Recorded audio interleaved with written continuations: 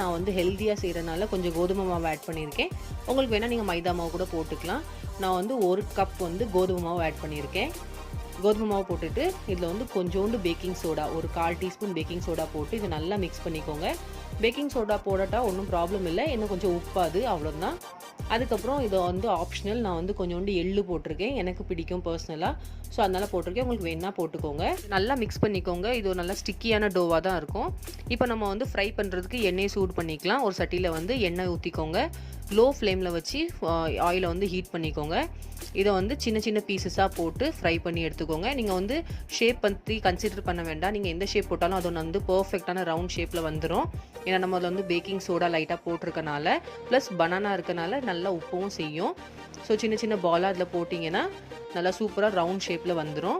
Oil வந்து மீடியமான ஹீட்லேயே வச்சுக்கோங்க. ரொம்ப ஹை ஃப்ளேமில் வச்சிங்கன்னா மேலே கருகிடும். ஏன்னா பனானா இருக்கனால கண்டிப்பாக மேலே